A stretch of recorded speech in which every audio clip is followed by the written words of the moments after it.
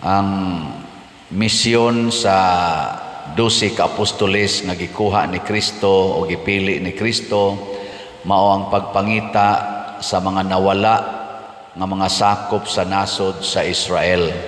Lingi ay mong tupad ing na nawala sa inyo ron, na nawala. Mao nang importante kay mangita tas nawala. Kay karon ra ba tungod anang cellphone lisod kaayo kanabitang muratag sensitive sa presensya sa atong isig katao. Nakafocus na lang diha sa cellphone ang mga batanon, apil sa mga tiguang. Din mangitag hain si kuan, ana. Di na gani mudungan og kaon. Sa una kami inig pangaon, di gina musugod kung dili magkatigom ang tanang mga anak. Magtinawganay gina, hain kadapita, uli na nga rin kay mangaon na. Karon magdungan pa mong pangaon niya, ighumag pangaon labi na sa gabi kami maminaw mamig drama. Dili usa maminaw drama kay magrosaryo pangitaon gina og hain. Anon sa una di man sa kay lisod pangitaon kay pertim sa gamayas balay. Karon labi na nang naanay mga kwarto, mga rooms, ya dagko inyong balay na di nagi mangita inigting kaon, samot na inigting ampo.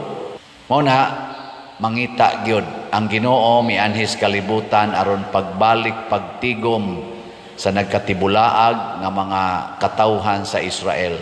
Kining Israel mao ni siya ang ngalan nga giilis ngadto ni Jacob. Si Jacob ginganlan na siya Israel kay nanganak siya 12 ka buok. Niya sa 12 ka buok anak usa ra gyud tarong, ang uban buangon. Mao to nga si Jose kaning gihisgutan sa unang pagbasa maoy tarong. Unya unsa may gibuhat, gipatay siya, gi-attempt siya pagpatay sa iyang mga igsuon. 11 pa man sila kabuk ato, wa pa man matao si Benjamin. So 11 sila kabuk. Ang napo ka igsuon ni Jose sa lain man tong ginikanan maoy naghimog murag plano aron patyo ng ilang tawag aning kanabang murag katunga imo igsuon unsay tawag na half brother. Half brother igsuon sila sa amahan dili igsuon sa inahan. Ato ning patyon kay pinangga kay ning papa da.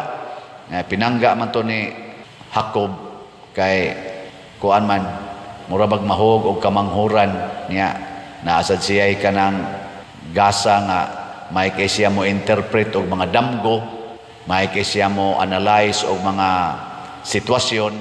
Naglagot sila mao tong ilaw tang patyon. Pero karon sa atong pagbasa nahimong manluluwas si Jose or nakaluwas sa dihang ni hari ang kagutom sa tibuok kalibutan. Apil ng iyang mga igsuon iyang giluwas. Mao na nga kining 12 ka apostoles nga gikuha ni Kristo nabali sad ni kay ang 11 buotan usa sa buang kinsa man si Judas. In short, sa pagtigom nato sa katawhan balik sa Ginoo, mukuyog yun ang mga buangon. Di ka no, lingay mong tupad. Ning naon sa mga kabuutan ka o buangon. Kani ba yun misa, naay buutan, naay buangon. Di ginakalikayan. O nang di kita mangita og perfect community or perfect family. O bisan gani perfect person, di ta mangita na. Kay sangad-tungad to mahudas gina. Pero may na lang maglabi unta ang buutan kaysa buang. Sama ni Jesus, usaray buang, 11 ang buutan. Panahon ni Kuan, ang tarong-tarong yung kayo, si Jose, the rest, agad-agad las panahon. Mao na, unsa may atong mission. Matod pa diri sa atong tubag sa Salmo, sa tubag nato Salmo, Ginoo, wa mo kibang Ginoo. Naunsa naman ni sila. Ihatag kanamo ang imong kaluoy diha sa among pagsalig kanimo. Mangayo tag kaluoy sa Ginoo kay kun wa gani ning kaluoy sa Ginoo mga buang gitang tanan kay pulos ta mga huyang at tubangan siyawa.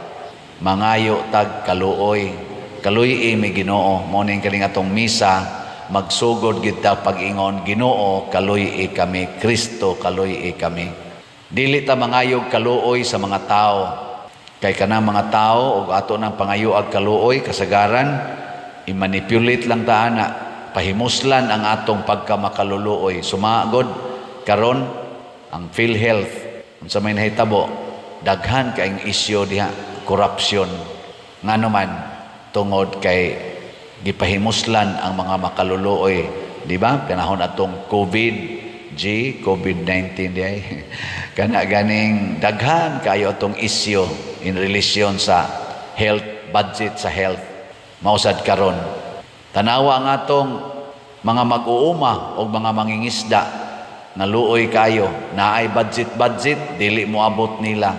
Pagka gipahimuslan ang mga makaluluoy, suma atong panahon sa eleksyon, unsa may isyu ato, porting daghanang mga kwarta gipakatap, pabaha, ayuda, gablinya in taong mga makaluluoy kay nangayog kaluoy ngadtos mga tao na nagpunsisok. Ang uban simba karon kuansan ngadto apil, di ba? Adto ta mangayo sa Ginoo aron ang Ginoo mo'y mosulti nato unsaon nato paglihok aron masulbad ang atong makaluluoy nga kahimtang. Ang atong parokya dinhi makaluluoy ba o dili? Naatay utang nga 70 million. Unsa man na? Makaluluoy na o dili? Kusga. Nagkita nami sa atong kuan, atong mupuli nga pare diri, Father Moyni Lapa. Pag-ingon ako niya naarba ni utang nga 70 million. Sa ayaw lang taong kog hasula ana pader. Nagpakiluoy si Father Moynil, pader, pastoral lang ako, pader ha, himo lang ko ako diri niya, ay na lang kay kog hasula, pero support ko nimo ana, pero ay lang kog hasula in taon, pader, ana. Wa sa koy rason, nganong ako siyang ingnon, ikaw bitay puli din eh. Kay total, di man sana niya pinili nga siya ibutang din eh, gi-assign raman siya. So, in short, pasanon gininako ning 70 million ngadto padong sa Compostela. Muna kamong taga Compostela pagbantay bugat kay kugda padong diha sa inyo. Perti mang nagsulti nako, Allah kahayaay kay Padre Siano arinas Compostela timan-in ninyo ang akong gipas-an 70 million eh.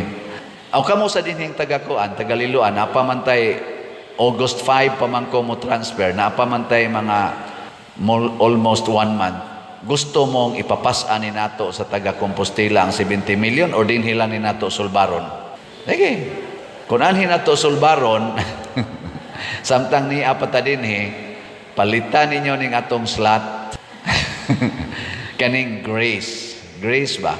God's reward and complete elation. 100 pesos ra ni. Kamong tanan nga akong mga kaila o mga nagtan-aw nato karon sa atong social media. Palit mong slot. Ang slot, ato na nang ipasabot, ang minimum donation para sa simbahan. Usa ka slot, minimum. Duha ka slot, medium. 20 ka slot, maximum. 100 ka slots, extreme. Di ba?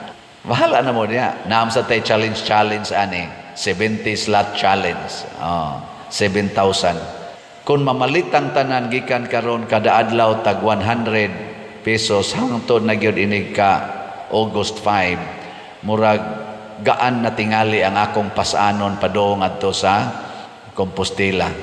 Kay to ara ba say ganganga ditong problema nga naghuwat sad. Pero kining tanan mga igsoon dili ni nato isandig og tao, isandig nato sa Ginoo. Mubuhat ra ko unsay mabuhat. Niya kon moabot ang panahon nga mahuman ako sa akong termino, either mamatay or moabot ko sa akong termino dito nga ilisa na sad, kung asa kutob ang akong mabuhat, diha lang sa takutob. Di lang nato ipamugos ang dili gustos Ginoo kay mas stress ta. No? Unsa may buhaton nato, unsay naa nato atong ihatag. Nilingay mong tupad. Ingna naa ka dihay 100 pangutan-awa na kay 100 ing kadia ihatag dayon.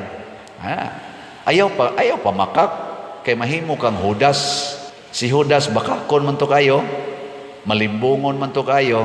Nya kung ikaw karon na kay 100, nya di nimo ipalit og slot, makak na ka. Ingka, ay gamiton man nina ko pader para ikaon. Si Jose ang iyang gibuhat, gipanghatag niya ang tanan nilang tinigom aron maluwas ang tanang katawhan. Nangadto kuno ang tanang tao sa kalibutan ni Paraon. Unsay gitudlo ni Paraon? Adto mo ni Jose. Kanindot unta kamong tanan muhatag ni ining gitawag natog slot si Tio para sa nis atong mga kanini ang way mga balay pa karon nga katong mga the remaining 12 ka atong himuanag balay tag 100 ra gyapon ni, pero dako kay ikahatag nga impact sa kinabuhi sa katawhan aron makailag Ginoo. Ang kaluoy sa Ginoo mga igsuon nga atong pangayoon kinahanglang buhi sad dinhi sa atong kinabuhi. Mahimo sad tang manggiluyon sa atong isig katawo. Ug nindot kaayo nga ang atong kaluoy sa to isig katawo ipaagi natog simbahan. Muna ako isip inyong parish priest, ang akong style kaning slat-slat paghatag gini natog opportunity nga makapaambit sa atong kaluoy ngadto sa atong isig katawo. Nya kun ato na nang buhaton sama ni Jose nga gi daog-daog siyang mga igsuon pero naluoy siya, wa siya musukol, nagpadayon siya paghatag, pagpaambit sa iyang grasya ngadto sa uban. Bisag gipriso siya sa sinugdanan didto ni Paraon, sige siya paambit sa iyang grasya hangtod gyud nga nahimo siyang bantugan nga tao. Kita sang tanan nga mamalit og slot 100% assurance makadawat sad ta og pilo-pilo nga mga grasya basta ang atong paghatag bungas gugma, bunga sa atong kaluoy sa simbahan nga akong gipresentar ninyo. Pinaagi aning slot nga grace o kining Sitio Ang ato rong kalibutan ang gipaambit sa uban mga bala o mga bomba. Mahal kay na kanang bala o bomba, mga kanyon, mahal kay na. Mahal. Sobra pa na 70 million. Bisan ganing usa lang ka katong gibomba dito sa Iran, nga gibomba sa Amerika, sobra ka itong presyo ato og 70 million. Mikalas og kinabuhi. Nganong gibuhat manis kalibutan? Tungod kay nakuha na ta sa malimbungon nga kaaway sa Ginoo nga nag-ingon, siguruha ang imong kaugalingon, dili ang uban. Unsa may kang Kristo nga gitudlo, higugmaa ang uban sama sa imong kaugalingon. Manindog ta.